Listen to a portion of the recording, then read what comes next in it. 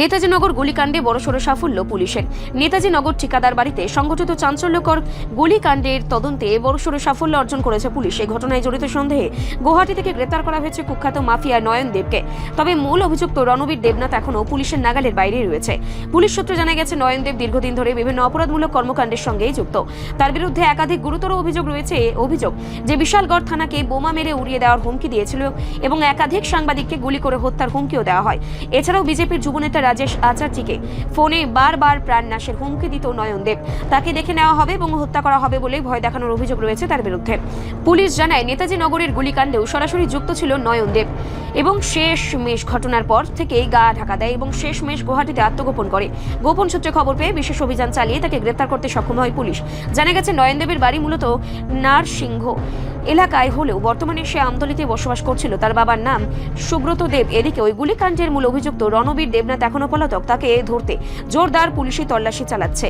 পুলিশের এক শীর্ষ আধিকারিক সাংবাদিকদের জানান, খুব শীঘ্রই রণবীর দেবনাথকেও গ্রেপ্তার করা সম্ভব হবে এবং বিভিন্ন জায়গায় অভিযান চালানো হচ্ছে। এই ঘটনায় ব্যাপক এলাকায় চাঞ্চল্য ছড়ালেও পুলিশের সাফল্যে কিছুটা স্বস্তি ফিরেছে সাধারণ মানুষের মধ্যে। প্রশাসনের পক্ষ থেকে আশ্বাস দেওয়া হয়েছে, এই ঘটনার সঙ্গে জড়িত কাউকে রেহাই দেওয়া হবে না এবং কঠোর আইনি ব্যবস্থা নেওয়া হবে। বর্তমানে গ্রেপ্তার হওয়া নয়ন দেবকে ট্রানজিট রিমান্ডে এনে জিজ্ঞাসাবাদে চালানো হবে। তদন্তকারী দল মনে করছে তার কাছ থেকে আরও গুরুত্বপূর্ণ তথ্য মিলতে পারে, যা অভিযুক্তকে ধরতে সাহায্য করবে। ये जो फायरिंग केस हुआ था माधव साहब के घर पे, केस नंबर विशालगढ़ PS का 24 है। उसी में एक्यूज था नयन देवनाथ, जिसको हम लोगों ने एक लीड मिली थी। हमारी OC IO और सभी टीम इसमें कंटिन्यूसली जो भी एक्यूज हैं उनको तय करने की कोशिश कर रहे थे। तो एक लीड मिलने पे हम लोगों ने पता चला कि गुवाहाटी में है, तो तुरंत अपना एक टीम भेज करके इसको हम लोगों ने गुवाहाटी से अरेस्ट किया है और अभी इसको कोर्ट में रिलीज कर रहे हैं। सर, रॉनबीर का क्या अपडेट है? उसके लिए भी हम कंटिन्यूसली ट्राई कर रहे हैं। हमारी टीम उसको भी खोज रही है और बहुत जल्दी उसको भी हम लोग अरेस्ट करेंगे। सर, जिसको अरेस्ट किया उसका नाम क्या है, घर का है? इसका नाम नयन देवनाथ है, नयन देव और अलियास आर्यन, और इसके बाबा नाम है श्री सुब्रत देव। एज पर डॉक्यूमेंट इसका बाड़ी है इस सरदारपल्ली NCC केस के अंडर में, पर अभी प्रेजेंट टाइम पे ये सिद्धि आश्रम के पास में रह रहा है।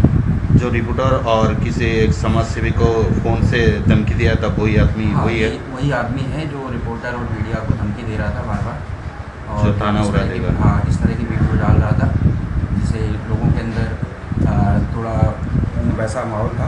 उसी ये वही व्यक्ति है जिसको मैंने अरेस्ट किया। वो क्यों किया, ऐसा क्यों किया सर, कोई पता है?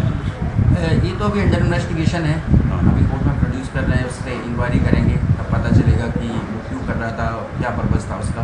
तो ये तो इन्वेस्टिगेशन के बाद ही पता चलेगा। रणबीर के साथ उसका कोई कनेक्शन है क्या? रणवीर के साथ कनेक्शन तो एक्चुअल कनेक्शन क्या है वो तो इन्वेस्टिगेशन के बाद पता चलेगा, पर ये उस केस में जो फायरिंग हुआ है ये उसी में शामिल था और ये उसने वहाँ पे जाके फायरिंग भी किया है।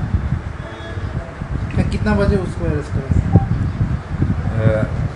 उसको अरेस्ट हाँ, परसों गुवाहाटी से अरेस्ट किया था हमने उसको। फिर वहाँ से हम लोग ट्रांजिट बेल लेकर के हम यहाँ पर आए हैं विशालगढ़ PS में। कल 7:30 बजे हम लोग उसको लेके आए और गुवाहाटी से उसको हमने 3 तारीख को 1:45 पर अरेस्ट किया। रिपोर्ट সংবাদ প্রতীক্ষা।